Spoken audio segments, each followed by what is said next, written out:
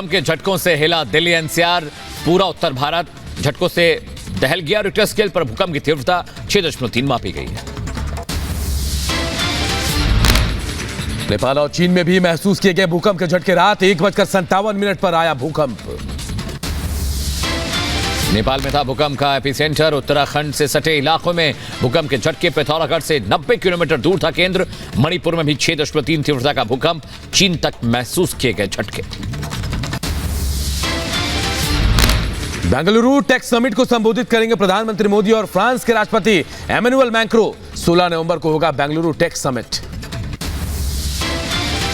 आज हिमाचल प्रदेश के दौरे पर रहेंगे प्रधानमंत्री मोदी। चंबी और सुजानपुर में जनसभा को करेंगे संबोधित।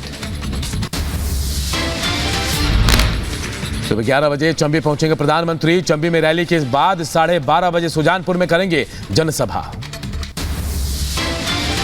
आज बीजेपी की केंद्रीय चुनाव समिति की अहम बैठक। मीटिंग में पीएम मोदी, गृह मंत्री अमित शाह समेत सीईसी के सभी मेंबर्स मौजूद रहने वाले। आज और कल दोनों दिन चलेगी बैठक। बैठक के बाद गुजरात चुनाव की बीजेपी उम्मीदवारों की पहले लिस्ट फाइनल हो सकती है। गुजरात चुनाव को लेकर अमित शाह ने पार्टी नेताओं के साथ बैठक की है। विधानसभा चुनावों के लिए उम्मीदवारों पर विचार विमर्श किया गया। आज डीवाई चंद्रचूड़ बन जाएंगे भारत के 50वें मुख्य न्यायाधीश। राष्ट्रपति द्रौपदी मुर्मू दिलाएंगे जस्टिस चंद्रचूड़ को शपथ। सीजेआई यू ललित की जगह लेंगे चंद्रचूड़। 10 नवंबर तक रहेगा कार्यकाल। चंद्रचूड़ के पिता भी रह चुके हैं भारत के मुख्य न्यायाधीश। आरएसएस प्रमुख मोहन भागवत का बिहार दौरा। बक्सर में श्रीराम कर्मभूमि न्यास द्वारा आयोजित यज्ञ में होंगे शामिल। आज हरियाणा पंचायत चुनाव का दूसरा चरण। जिला परिषद और ब्लॉक समितियों के लिए पड़ेंगे वोट। हरियाणा में 3 चरणों में होगा पंचायत चुनाव। वोटिंग के लिए सरकार ने 2 दिनों के सार्वजनिक अवकाश की घोषणा की है। सोमवार को हिमाचल प्रदेश के पालमपुर में गरजे सीएम योगी। कहा, कांग्रेस सिर्फ हिंदुओं का अपमान करती है। जनसभा को संबोधित करते हुए बोले योगी, यूपी और उत्तराखंड में दोबारा बनी बीजेपी की सरकार, अब हिमाचल की बारी है। हिमाचल चुनाव को लेकर जेपी नड्डा ने की रिपब्लिक भारत से एक्सक्लूसिव बातचीत। कहा, इस बार बीजेपी सारे रिकॉर्ड तोड़ेगी। रिपब्लिक भारत से बोले जेपी नड्डा, इस बार जनता विकास के नाम पर वोट करेगी। आज यूपी बीजेपी की कोर ग्रुप की बैठक। दिसंबर में होने वाले उपचुनाव को लेकर बनेगी रणनीति। बैठक में सीएम योगी सहित बड़े नेता मौजूद रहेंगे। शिमला में बीजेपी पर बरसे अशोक गहलोत। कहा, बीजेपी के चाल, चरित्र और चेहरे की पोल खुल गई है। हिमाचल में बोले राजस्थान के सीएम, बीजेपी ने लोकतंत्र के साथ समझौता किया है। गुजरात चुनाव से पहले कांग्रेस को लगा बड़ा झटका। 10 बार के विधायक रहे मोहन राठवा ने कांग्रेस छोड़कर थामा बीजेपी का दामन। गुजरात चुनाव को लेकर आपने जारी की स्टार प्रचारकों की सूची। 20 नेताओं की सूची में केजरीवाल, भगवंत मान समेत कई बड़े नेता शामिल। गुजरात चुनाव को लेकर ओवैसी ने शुरू की तैयारी। अहमदाबाद में जनसभा। अहमदाबाद में की जनसभा। अहमदाबाद में आम आदमी पार्टी और केजरीवाल पर बरसे ओवैसी। अरविंद केजरीवाल को बताया छोटा रिचार्ज। प्रधानमंत्री मोदी ने G20 समिट के लिए लोगो, थीम और वेबसाइट का किया अनावरण।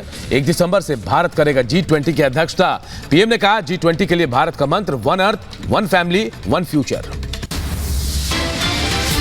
और मॉस्को में भारत और रूस के विदेश मंत्रियों के बीच यूक्रेन युद्ध, रक्षा, व्यापार, स्पेस टेक्नोलॉजी समेत कई अहम मसलों पर चर्चा हुई है। साझा प्रेस कॉन्फ्रेंस में जयशंकर ने कहा कि रूस से तेल खरीदता रहेगा भारत। एस जयशंकर ने ट्वीट कर दी जानकारी। लिखा, वैश्विक और क्षेत्रीय विकास पर जोर देना ही हमारी प्राथमिकता है।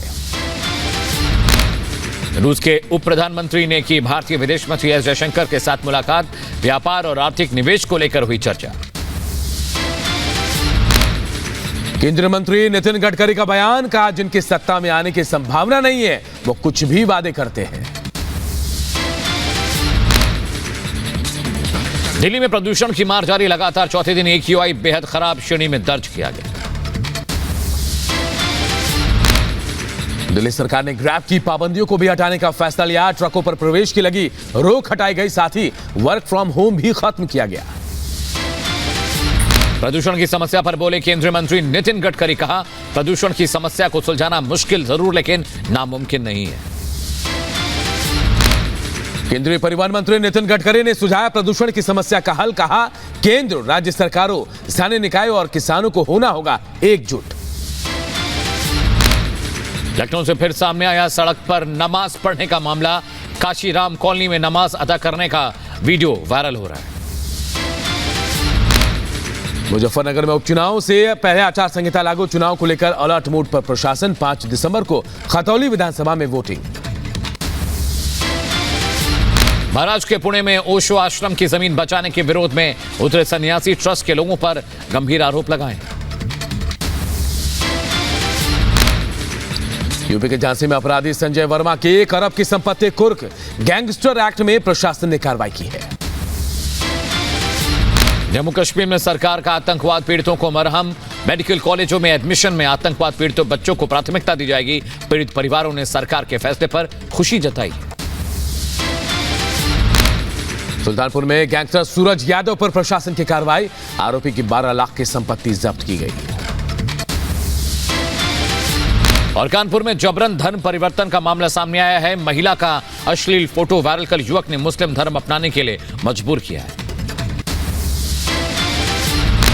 छत्तीसगढ़ के राजनांदगांव में लोगों को दिलाई गई हिंदू विरोधी शपथ। देवी देवताओं को नहीं मानने की दिलाई गई शपथ। हिंदू विरोधी शपथ समारोह के दौरान कांग्रेस महापौर हेमा सुदेश भी मौजूद थी। 7 नवंबर को बताया जा रहा है वीडियो। मामले के सामने आने के बाद राजनीति भी गर्मा गई है। बीजेपी सांसद संतोष पांडे ने बघेल सरकार पर आरोप लगाया, कहा कांग्रेस सरकार सामाजिक सौहार्द बिगाड़ रही है।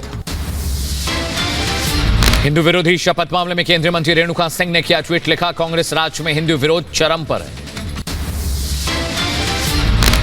समाजवादी पार्टी के नेता आजम खान के मामले में आज होगी बड़ी सुनवाई। सुप्रीम कोर्ट में आजम खान की सदस्यता रद्द करने के मामले में हियरिंग है। दिल्ली सरकार के मंत्री सत्येंद्र जैन के मामले में बड़ी सुनवाई आज। दिल्ली की राउज एवेन्यू कोर्ट करेगी मनी लॉन्ड्रिंग मामले में सुनवाई। शिवसेना ठाकरे गुट के सांसद संजय राउत की जमानत याचिका पर हो सकती है सुनवाई। पिछली सुनवाई में ईडी ने अदालत में लिखित जवाब सौंपा था। राजस्थान फोन टैपिंग मामले में दिल्ली हाई कोर्ट करेगा सुनवाई। सीएम अशोक गहलोत के ओएसडी ने दायर की थी याचिका। गैंगस्टर मुख्तार अंसारी के रिश्तेदार आतिफ रजा को कोर्ट ने 7 दिनों के डी रिमांड पर भेजा। मनी लॉन्ड्रिंग केस में ईडी ने आतिफ को गिरफ्तार किया है। राजस्थान के बाड़मेर में जबरदस्त हंगामा। रिफाइनरी एरिया में 2 गुटों में झड़प के बाद भड़की हिंसा, भीड़ ने कई गाड़ियों में आग लगाई। बड़ी संख्या में पुलिस बल तैनात किया गया। एटा में ट्रैक्टर पलटने से युवक की मौत। ट्रैक्टर के नीचे दबने से लड़के की गई जान। परिवार में मातम का माहौल। बैतूल में NH 47 पर भीषण सड़क हादसे में 1 की मौत, 5 जख्मी। मुरादाबाद में तेज रफ्तार का कहर। तेज रफ्तार कार ने कई लोगों को मारी टक्कर। हादसे में कई लोग घायल। सीसीटीवी फुटेज सामने आया। जम्मू कश्मीर के डोडा में बड़ा हादसा। डोडा में चिनाब में गिरी कार। हादसे में 4 की मौत। वाराणसी में बाइक सवार बदमाशों ने दारोगा को मारकर उसकी पिस्टल लूटी।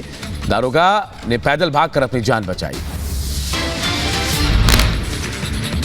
यूपी के बुलंदशहर से अगली खबर है। 2 दिनों से लापता किसान का शव मिला है। परिजनों ने हत्या की आशंका जताई है। बुलंदशहर में जमीनी विवाद में हुई फायरिंग। दबंगों ने चाचा भतीजे को गोली मारी है। और कासगंज में ड्रग्स विवाद में 2 पक्षों के बीच फायरिंग से दहशत का माहौल। फायरिंग के दौरान 2 लोगों के घायल होने की खबर आ रही है। यूपी के मऊ में पारिवारिक विवाद में सीआरपीएफ जवान की हत्या। छोटे भाई ने लाठी डंडे से किया हमला। नोएडा में युवती को बिल्डिंग के 5वीं मंजिल से गिराकर मारा। सेक्टर 49 का है पूरा मामला।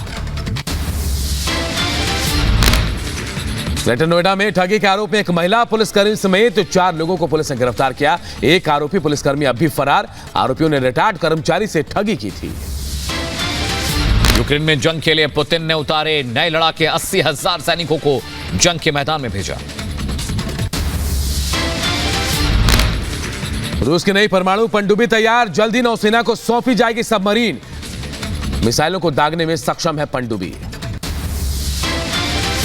यूक्रेन को अमेरिका से मिला रक्षा कवच, अमेरिका से एयर डिफेंस सिस्टम NASAMS की एक खेप यूक्रेन पहुंची है। स्पेन से स्पाइडर एयर डिफेंस की ताकत भी यूक्रेन को मिली। ताइवान और अमेरिका से तनातनी के बीच चीन ने अपना सालाना एयर शो किया। एयर शो में चीन के घातक J-20 विमानों की नुमाइश की गई।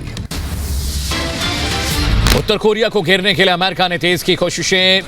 यूएन में अमेरिकी उत्तर कोरिया पर और कड़े प्रतिबंध लगाने का प्रस्ताव ला सकता है।